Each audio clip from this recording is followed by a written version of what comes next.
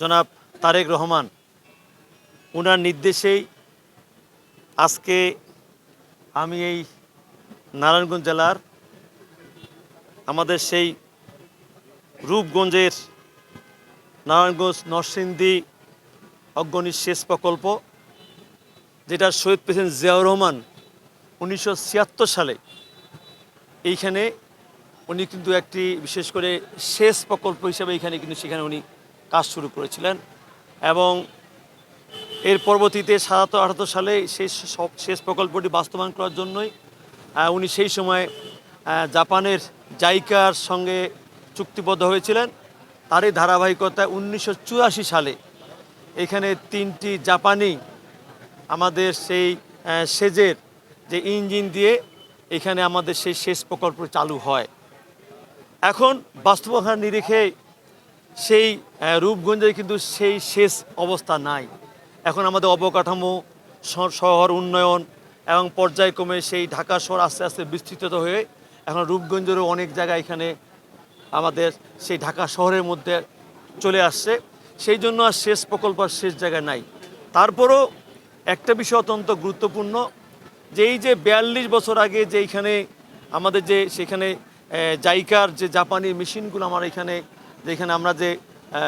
এখানে যে আমরা সেখানে বসাইছিলাম এবং এখানে পানি নিষ্কাশনের জন্য এবং দূষিত বায়ু যেন না জমে প্রবাহমান থাকে সেইগুলোর জন্য যে আমরা করেছিলাম, সেটার সময়ের বিবর্তনে আজকে বিশেষ করে শহরে অবকাঠামো বৃদ্ধি হওয়ার কারণের জন্য এগুলো অনেকটা বন্ধ হয়ে গেছে। মাননীয় প্রধানমন্ত্রী তারেক রহমান গতকালকেই আমাকে নির্দেশ দিয়েছেন যে এইখানে শুধু এই নারায়ণগঞ্জ নরসিংদী অগ্রণী সেচ প্রকল্প নয়, আমাদের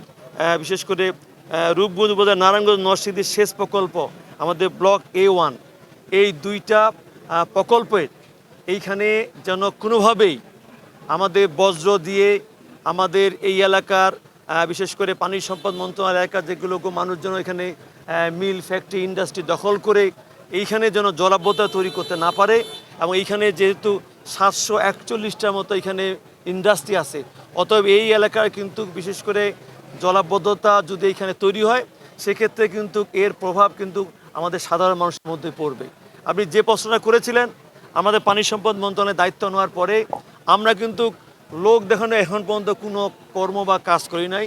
আমাদের মাননীয় প্রধানমন্ত্রী নির্বাচন ইশতেহারে বলেছিলেন আমরা সরকার গঠন করলে 20,000 কিলোমিটার নদী, খাল, জলাশয় খনন, পুনরুদ্ধার করব। সেখানে কিন্তু আমরা যেখানে যে অবকাঠামো তৈরি হয়েছে বিগত সরকারগুলো আমলে, সেখানে আমরা কিন্তু সেখানেগুলো জনগণকে সম্পৃক্ত করে সেগুলো কিন্তু আমরা গুড়িয়ে দিচ্ছি এবং সেই খালগুলোর যেন স্বাভাবিকতা ফিরে পায়, প্রবাহমান ফিরে পায়, তার জন্য আমরা চেষ্টা করছি। এখানে সুবাড্ডু খালে আমরা সরকার গঠন করার প্রথমেই আমরা গিয়েছিলাম, সেইখানেও কিন্তু দেখা যাচ্ছে ইন্ডাস্ট্রি হয়েছে, বাড়ি হয়েছে এবং খালের উপর দিয়ে ওভার ব্রিজও করে ফেলেছে। আমরা কিন্তু পর্যায়ক্রমে সেগুলো আমরা ডেজার্ট দিয়ে এবং জনগণের সহায়তা নিয়ে কিন্তু আমরা সেগুলো আমরা এখানে সেগুলো বিলুপ্ত করে দিয়ে আমরা কিন্তু সেই প্রকল্পগুলো বাস্তবায়ন করছি। তা আমার বিশ্বাস আমাদের মাননীয় MP মহোদয় আমাদের সঙ্গে আছেন, উনি আমাকে আশ্বস্ত করেছেন, ওইখানে জনগণ আছেন, আপনারা সবাই আশ্বস্ত করছেন। ইনশাল্লাহ জনগণ যদি সহায়তা করে পানি সম্পদ মন্ত্রণালয়কে, এখানে যে কোনো ব্যক্তি, যে কোনো ধরনের হোক, যে কোনো দলের হোক, যত ক্ষমতাবান হোক, ইনশাল্লাহ পানি সম্পদ মন্ত্রণালয় আমাদের যে পরিকল্পনাগুলো আছে সেই পরিকল্পনা বাস্তবায়ন করার ক্ষেত্রে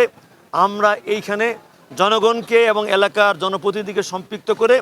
আমরা সেইগুলো বাস্তবায়ন করব। এবং বাস্তবায়নের ক্ষেত্রে আমার বিশ্বাস আমাদের আজকের এইখানে যে পরিদর্শন, সেই পরিদর্শনের মধ্য দিয়ে যারা এখানে অবৈধভাবে আমাদের জায়গা, আমাদের বিশেষ করে আমাদের খাল তারা নিয়ন্ত্রণে রেখেছেন, দখল করেছেন, ভরাট করেছেন, আমরা আশা করব তারা সেইখানে তাদের দখলত্ব ছেড়ে দিবেন এবং এই প্রকল্পগুলো বাস্তবায়ন হয়। তাহলে কিন্তু আমাদের কি হবে, সুদূর প্রসারী আমরা এই বিশেষ করে নারায়ণগঞ্জ, রূপগঞ্জ থেকে আমরা কিন্তু সড়ক পথে চলাচলের বাইরেও আমরা কিন্তু নৌপথেও কিন্তু আমরা এখানে চলাচল করতে পারবো। এবং আমাদের বিশেষ করে এখন যে সড়ক পথে যে যানজট তৈরি হয়, আমার মনে হয় সেইখানে সেই যানজটটা থেকে আমরা দূর করতে পারবো এবং মানুষ স্বল্প সময়ে বিশেষ করে নৌপথে কিন্তু তাদের কাঙ্ক্ষিত জায়গায়, প্রয়োজনীয় জায়গায় সেখানে সে পৌঁছতে পারবে, যার মধ্য দিয়ে নগরবাসী এবং রূপগঞ্জবাসী একটা আমাদের বর্তমান সরকার তারেক রহমান সরকারের যে আমাদের প্রতিশ্রুতিগুলো আছে সেই প্রতিশ্রুতির সুবাদে এখানে তারা একটি নূতন রূপগঞ্জ দেখতে পাবে।